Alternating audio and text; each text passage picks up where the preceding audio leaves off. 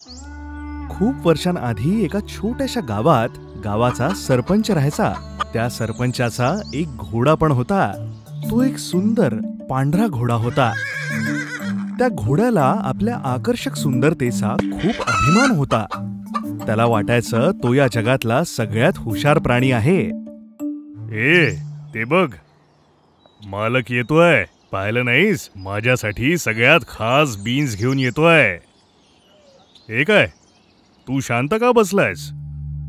माझ्यासोबत बोलण्यासाठी विशेष नशीब लागतं. कदाचित तू पण चांगलं नशीब घेऊन आला असशील. तू कदाचित महान असशील, कारण मालक तुझ्या पाठीवरनं इकडे तिकडे प्रवास करतो ना, त्यामुळेच तर तू इतर लोकांना इतकं कमी लेखतोस ना मित्रा. मी तुझ्यासारखा नाहीये. राजघराण्याचं रक्त आहे. त्यामुळे माझ्याशी बोलताना मान देऊन बोल. मी काही तुझा मित्र वगैरे नाहीये.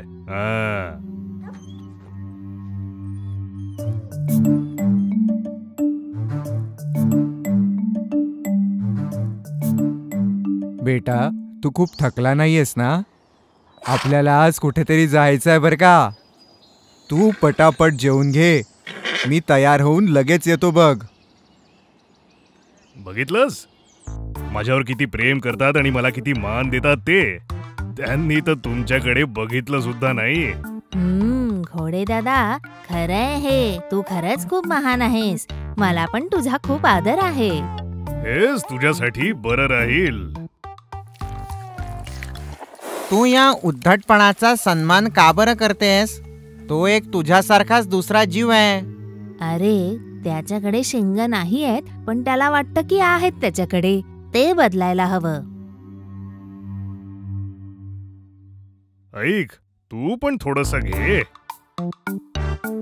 घोडे दादा, तुला माहितीये, लोक पण तुझा खूप आदर करतात. तुझी ऐट, सुंदरता, भव्यता, अगदी राजासारखं. काय तो थाट, काय ती सुंदरता. हीच घोड्यासाठी खूप अभिमानाची गोष्ट होती. कोंबडीची गोष्ट ऐकून घोड्याचा व्यवहारच बदलून गेला.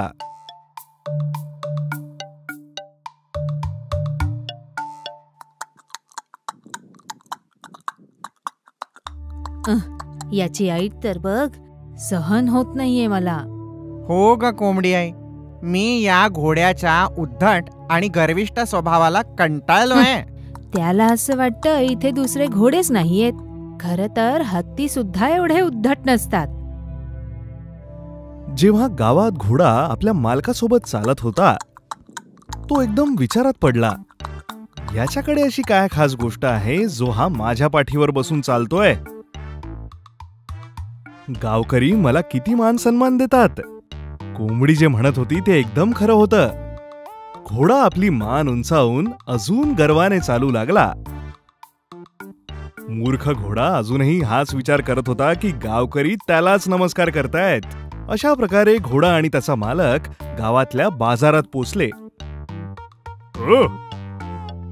सगळी लोक तर माझ्याचकडे पाहतायत. प्रसिद्ध लोकांना इथे जगणं किती कठीण होऊन जातं. तो म्हातारा माणूस जो माझ्यासोबत होता कुठे गेला?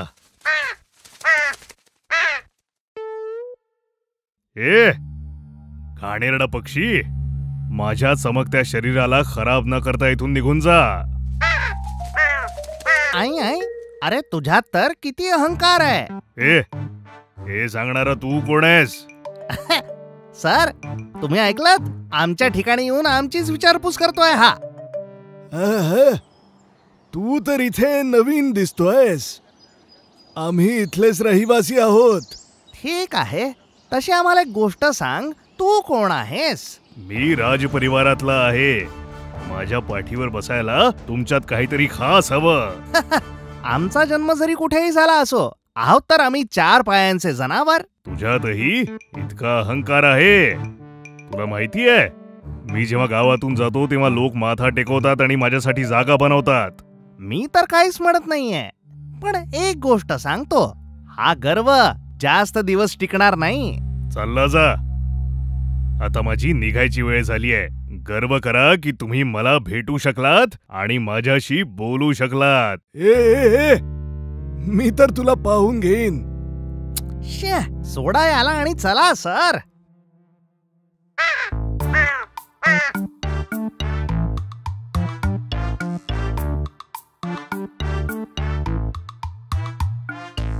येणारे जाणारे सगळे गावकरी त्यांना नमस्कार करून त्यांची विचारपूस करू लागले. घोडा आपल्या मानेनीच आणि आवाजाने त्यांना उत्तरही देऊ लागला. इथे मला पसंत करणारे किती लोक आहेत. मी या म्हाताऱ्या माणसाला विचारून त्या अहंकारी कुत्र्याला घरी माझा बॉडीगार्ड बनवून टाकतो. वेळ येऊ द्या. लवकर चल. तू माझ्यावर राज करणार अहंकारी कुठला?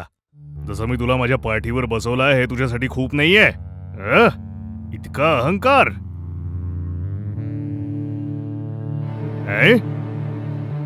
तू मला मारतोयस? तुला माहित नाही मी कोण आहे? पूर्ण गाव माझ्या पुढे माथा टेकवतो. आता माझी शक्ती दाखवण्याची वेळ आली आहे. अरे बापरे, ऐक, तुला काय झालं नक्की? तू मला का दुखवतोयस? अरे वाचवा. अरे अरे अरे अरे अरे मला का मारता आहात? अरे मी तुमच्याच पसंतीचा घोडा आहे. राजघराण्याचं रक्त आहे. अरे बिचारा घोडा. लोक घोड्याची भाषा तर समजू शकत नाही. गाववाल्यांना वाटलं की या घोड्याचं ओरडणं खूप धोकादायक आहे, म्हणून ते त्याला मारून मारून जंगलात पाठवून देतात. हे सगळं होण्यामागचं कारण फक्त त्याचा अहंकार आहे हे समजून तो घोडा गावी कधीच परत नाही आला.